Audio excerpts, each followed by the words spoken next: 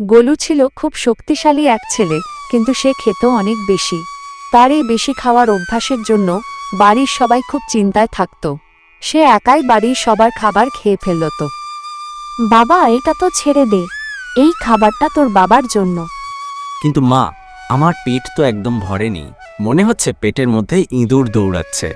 আমার আরো বেশি খাবার লাগবে, নাহলে আমি উঠতেই পারবো না।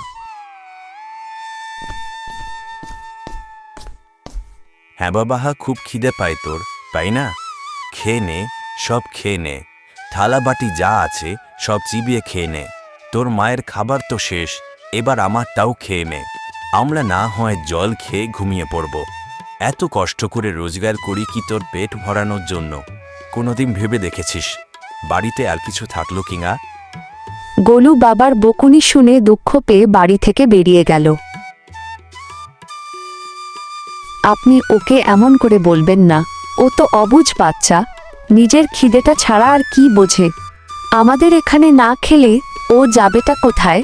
কোথায় খাবে মানে? আরে ও তো সারা গ্রামে ভিখারির মতো খেয়ে বেড়ায়। ওর খাওয়া দেখে লোকেরা এত ভয় পায় যে ওকে দেখলেই ঘরের দরজা বন্ধ করে দেয়। গ্রামের সবাই আমাদের নিয়ে হাসাহাসি করে। তোমারও ওকে শাসন করা উচিত, শুধু আদর দিয়ে মাথায় তুলেছ। বাবা এমন বকলো, এখন কোথায় যাই খেতে? সবার বাড়ির দরজাই তো বন্ধ, এভাবে খালি পেটে আমি থাকতে পারবো না। ওই তো কাকার বাড়ির দরজাটা খোলা দেখা যাচ্ছে। কাকা, ও কাকা, বাড়িতে আছো?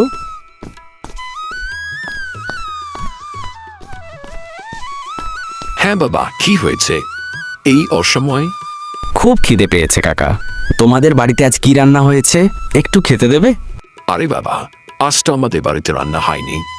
আজ যে পূর্ণিমা, তাই আমরা সবাই উপোস রেখেছি। আজ আমরা ফল ছাড়া কিছু খাব না। তোর খিদে পেলে অন্য কোথাও খাবার খুঁজে দেখিস বাবা। শোনো, তোমার ছেলেগুলোর জন্য গ্রামের সবাই অতিষ্ঠ। সে জোর করে মানুষের খাবার কেড়ে খায়, এটা একদম মেনে নেওয়া যায় না।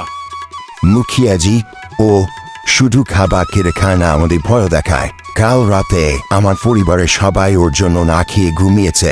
এভাবে চললে আমরা গ্রামে থাকবো কি করে? গোলু তোমার ছেলে, ওর পেট ভরানো তোমার দায়িত্ব, ওকে সামলানোর দায়িত্ব তোমার। এখন থেকে গোলুকে একটা ঘরে বন্ধ করে রাখতে হবে, এটাই আমার আদেশ। ও বাইরে এসে আর কাউকে বিরক্ত করতে পারবে না। তারপর গোলুকে একটি ঘরে বন্ধ করে দেওয়া হয়।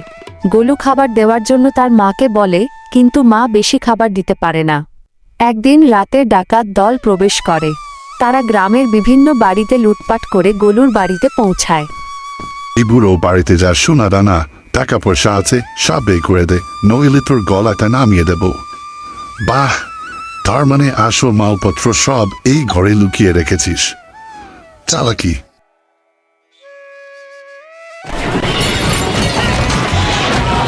সব বাসগুলো তোমার জন্য আজ এই চোখে ধরতে পারলাম। তোমাকে সরকারের পক্ষ থেকে পুরস্কার দিব, আর তোমাকে ঘরে একা থাকতে হবে না।